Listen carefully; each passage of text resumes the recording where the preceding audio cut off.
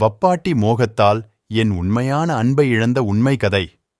அன்றிரவு என் மனைவி உணவு பரிமாறிக் கொண்டிருந்தாள்.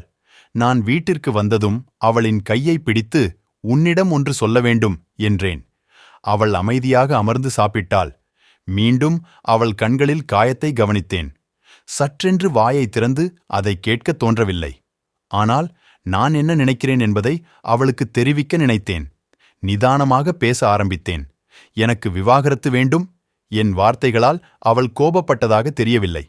மாறாக அவள் என்னிடம் கேட்டாள், ஏன் என்று. நான் எதுவும் பேசவில்லை. இது அவளுக்கு கோபத்தை ஏற்படுத்தியது. ஆனாலும் பொறுமையாக சொன்னால், நீ ஒரு ஆண் அல்ல என்று. இதன் அர்த்தம் எனக்கு புரியவில்லை. அன்றிரவு நாங்கள் பேசிக்கொள்ளவும் இல்லை. அவள் அழுது கொண்டிருந்தாள். எதற்காக இந்த விவாகரத்து என்று அவள் கண்டுபிடிக்க விரும்புகிறாள் என்று எனக்கு தெரிந்தது. நான் வேறொரு பெண்ணிடம் என் இதயத்தை இழந்துவிட்டேன். அவள் மீதிருந்த காதல் இப்போது இல்லை. இதை அறிந்தே அவள் அழுது கொண்டிருந்தாள்.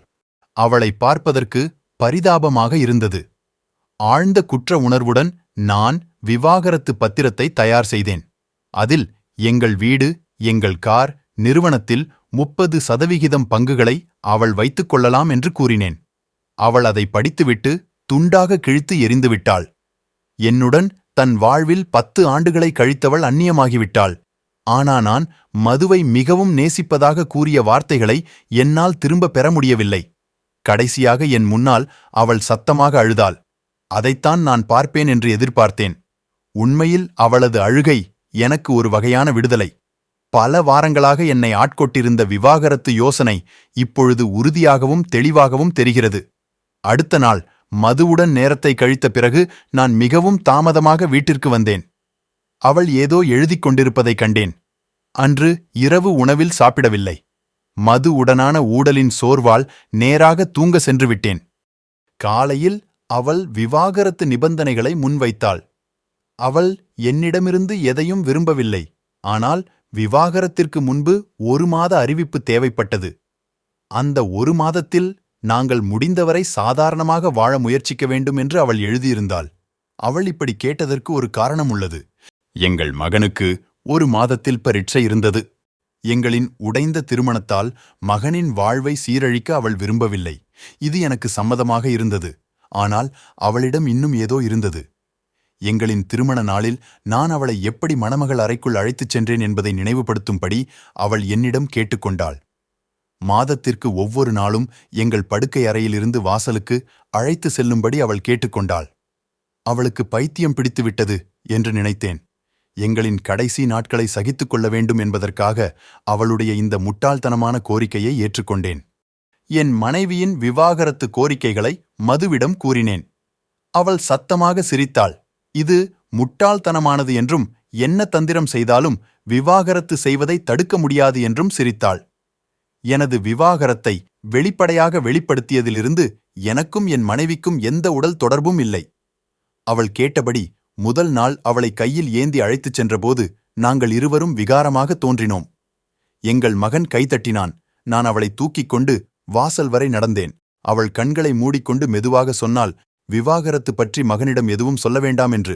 சற்றே வருத்தமாக உணர்ந்து சரி என்று தலையசைத்தேன். நான் அவளை கதவுக்கு வெளியே இறக்கிவிட்டேன். வேலைக்கு செல்லும் பேருந்துக்காக காத்திருக்க சென்றாள். நான் தனியே அலுவலகம் சென்றேன். 2வது நாளில் நாங்கள் மிகவும் எளிதாக நடித்தோம். அவள் என் மார்பில் சாய்ந்தாள். அவளின் நறுமணத்தை என்னால் உணர முடிந்தது. நான் அவளை நீண்ட காலமாக நெருக்கமாக பார்க்கவில்லை என்பதை உணர்ந்தேன். அவள் இன்னும் இளமையாக இல்லை என்பதை உணர்ந்தேன். அவள் முகத்தில் மெல்லிய சுருக்கங்கள் இருந்தன. அவளுடைய தலைமுடி நரைத்திருந்தது. ஒரு நிமிடம் நான் அவளை என்ன செய்தேன் என்று யோசித்தேன். 4வது நாள் அவளை தூக்கிய போது ஒரு நெருக்கத்தை உணர்ந்தேன். தன் வாழ்நாளில் 10 வருடங்களை எனக்காக கொடுத்தவள் இவள். 5 மற்றும் 6வது நாளில் எங்கள் நெருக்கம் வளர்ந்து வருவதை உணர்ந்தேன். நான் அதை மதுவிடம் சொல்லவில்லை. நாட்கள் செல்லச் செல்ல அவளை சுமந்து செல்வது எளிதாகிவிட்டது. ஒருவேளை தினசரி உடற்பயிற்சி இதை எளிதாக்கிவிட்டதோ என்று நினைத்தேன். ஒரு நாள் காலை அவள் என்ன உடை அணிய வேண்டும் என்று தேர்வு செய்து கொண்டிருந்தாள். அவள் சில ஆடைகளை அணிய முயன்றாள். ஆனால் பொருத்தமான ஆடை கிடைக்கவில்லை. பின்னர் அவள் பெருமூச்சு விட்டாள். என் ஆடைகள் அனைத்தும் பெரிதாகிவிட்டன. அவள் மிகவும் மெலிந்து விட்டாள் என்பதை திடீரென நான் உணர்ந்தேன். அதுதான் என்னால் அவளை எளிதாக சுமக்க முடிந்ததற்கான காரணம். அது என்னை தாக்கியது. அவள் இதயத்தில் மிகுந்த கவலையையும் வேதனையையும் வைத்திருந்தாள். நான் மெதுவாக கையை நீட்டி அவள் தலையை கொதினேன். அந்த நேரத்தில் என் மகன் உள்ளே வந்து, அப்பா அம்மாவை வெளியே அழைத்துச் செல்லும் நேரம் இது என்றான். அவனுக்கு அப்பா தன் தாயை வெளியே தூக்கி செல்வதை பார்ப்பது இன்றியமையாததாகிவிட்டது. என் மனைவி எங்கள் மகனை அருகே அழைத்து அவனை கட்டிப்பிடித்து அழ ஆரம்பித்தாள். எங்கே மனம் மாறிவிடுமோ என்று நினைத்து நான் திரும்பிக் கொண்டேன். பிறகு நான் அவளை என் கைகளில் ஏந்தியபடி படுக்கை அறையில் இருந்து நடைபாதைக்கு வந்தேன்.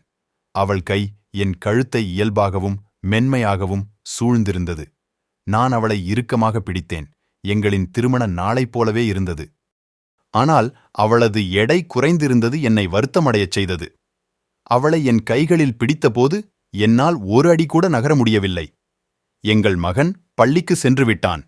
நான் அவளை இறுக்கமாக பிடித்துக்கொண்டு அவளிடம் சொன்னேன், நமது வாழ்க்கையில் நெருக்கமில்லாததை நான் கவனிக்கவில்லை, என்னை மன்னித்துவிடு என்று. அவள் கண்ணில் கண்ணீர் பொங்கியது. என்னால் இதற்கு மேலும் முடியாது என்று அவளுக்கு முத்தமிட வெகு நாட்களாக பிரிந்திருந்த நாங்கள் அன்று இணைந்தோம். அப்பொழுது தெரியாது எனக்கு அதுதான் என் கடைசி முதல் இரவு என்று. பிறகு நான் அலுவலகத்திற்கு சென்று மதுவிடம், என்னை மன்னித்துவிடு, எனக்கு இனி விவாகரத்து வேண்டாம், நீயும் வேண்டாம். அவள் என்னை பார்த்து வியந்தாள். உங்களுக்கு ஏதேனும் காய்ச்சல் இருக்கிறதா என்றாள். மது, என்னை மன்னித்துவிடு, என்னால் என் மனைவியை விவாகரத்து செய்ய முடியாது என்றேன். ஏன் என்றாள் அவள். எங்களது திருமண வாழ்க்கை சலிப்பாக இருந்திருக்கலாம், ஆனால் எங்களுக்குள் காதல் இல்லாமல் இல்லை. அதை நான் இப்போதுதான் உணர்ந்தேன் என்றேன். மது கோபப்பட்டு என்னை அறைந்தாள். பின்னர் வெளியில் தள்ளி கதவை சாத்திக் கொண்டாள். வேகமாக இறங்கி காருக்கு வந்தேன்.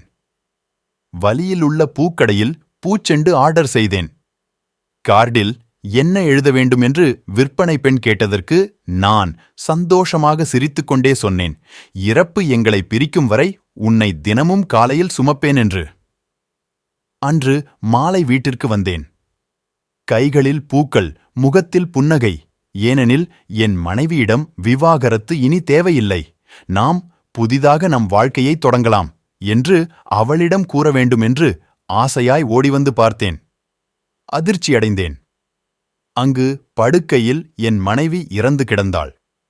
அருகிலிருந்த மருத்துவ ஏட்டுகளை பார்த்தபோது தான் தெரிந்தது, என் மனைவி பல மாதங்களாக புற்றுநோயால் பாதிக்கப்பட்டு போராடி கொண்டிருந்திருக்கிறாள். நான் மதுவுடன் நேரத்தை செலவிட்டுக் கொண்டிருந்தபோது அவள் தன் வாழ்வின் கடைசி நாட்களை எண்ணிக்கொண்டிருக்கிறாள். அவள் விரைவில் இறந்து விடுவாள் என்பதால்தான் நான் விவாகரத்து கேட்டபோது அவள் எதுவும் கூறாமல் சம்மதித்திருக்கிறாள். அவள் போன பின்பும் நான் நன்றாக வாழ வேண்டும் என்று நினைத்திருக்கிறாள். மேலும் விவாகரத்து செய்துவிட்டால் என் மகன் தன் தந்தையை வெறுத்து விடுவான் என்று நினைத்தே தன் தந்தை தன் தாயை மிகவும் விரும்புகிறார் என்பதை அவனுக்கு உணர்த்தவே அந்த ஒரு மாத நிபந்தனை. அவள் என்னை என் மகன் தவறாக நினைக்காமல் என்னை காப்பாற்றியிருக்கிறாள். தன் வேதனையை கூட யாரிடமும் கூறாமல் எனக்காகவும் என் மகனுக்காகவும் மட்டுமே அவள் வாழ்ந்திருக்கிறாள். இப்பொழுது என் மகனின் பார்வையில் நான் ஒரு அன்பான கணவர், சிறந்த தந்தை. அவளது காதலை அவள் உயிரோடு இருக்கும்போது என்னால் புரிந்து கொள்ள முடியவில்லை. நான் புரிந்து கொள்ளும்போது அவள் என்னோடு இல்லை. மனைவியை நேசியுங்கள். நன்றி.